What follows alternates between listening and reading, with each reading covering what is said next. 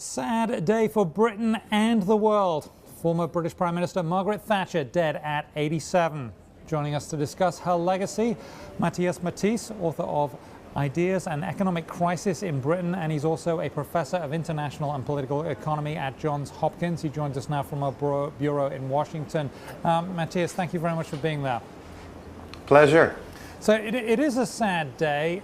Your book is about crisis, and in doing that book, you talk to a lot of cabinet people who knew her in the UK very closely: Nigel Lawson, Cecil Parkinson, Norman Tebbit, Geoffrey Howe. Was Britain truly in a crisis when she took over? Well, yes and no, and I think that's an important lesson of her tenacity and her capacity to narrate a crisis, right?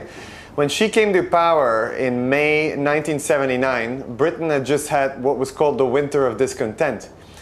She managed to convince that her version of those events was the right one and that Britain needed to dramatically change, right? There had been a much deeper crisis in Britain in 73, 74, which hadn't led to any major changes. I mean, it led to the end of Edward Heath and to the incoming of a Labour government. But 5 years later, I think Margaret Thatcher was able to convince, at least 40% of the British electorate that kind of a dramatic overhaul of the British state was what was needed, right? And so she did actually not waste a crisis. It was a small crisis, not a large crisis when she came to power. And in fact, Britain did undergo massive changes. I grew up in Britain during that time, and there were huge changes, including an overhaul of the entire coal mining industry and financial services.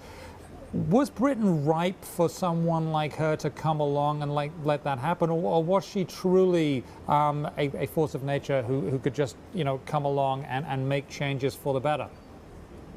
Yeah, I think it's a combination for both of both. Obviously, the British system did allow a party with 40% of the vote to get something close to 2/3 of all the seats in the House of Commons. And there's quite a lot you can get done that way. But don't forget, she had a lot of dissenters at the beginning, right? They were a minority of the party, but she was the first woman leader of a conservative party. Labour wasn't quite there yet, and neither were other parties. But in that sense, she, I think, used the circumstances quite well. I think what a lot of people have forgotten is also how cautious she was with, you mentioned the miners. She didn't touch the miners for the first 4 or 5 years of her office because she knew that they could, basically block Britain completely, especially in a winter. So she built up the coal stocks, which is something Nigel Lawson helped her with as energy secretary from 81 to 83.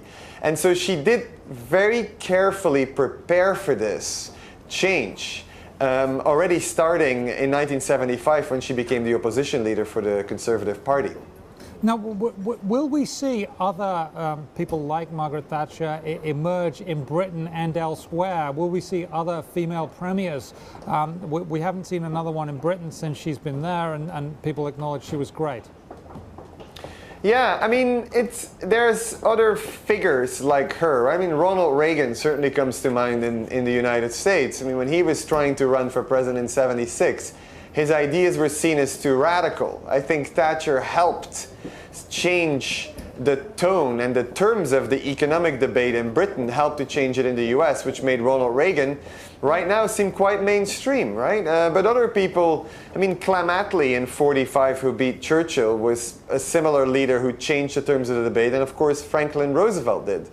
Well, the jury is still out whether Barack Obama is such a leader in the United States, but he certainly had the crisis.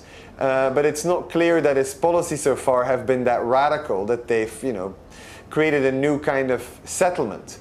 I don't know whether Britain will get another leader like her in the near future, because, for all her accomplishments, I think a large consensus now feels that it was all her reforms, all her overhaul of the British state came at quite a significant cost. Very high unemployment, widening income inequality, and also the social fabric, right, of many of these northern British towns that were completely shut down, right, when unemployment shot up and mines were closed and so on.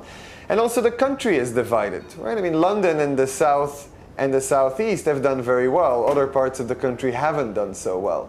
So I don't know if that many leaders or even women especially would see her as an example to follow in this current era. I think and that's where Obama is interesting. Obama did admire, I think, somebody like Thatcher's kind of audacity, in a way that they saw a system that they thought was fundamentally flawed.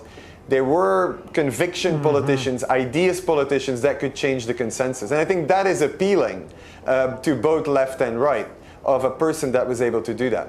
Yeah, it's an interesting perspective. Thank you very much. We appreciate your time there. That's Matthias Matthijs. He's an Ideas and Economic Crisis in Britain author. We appreciate your time, sir.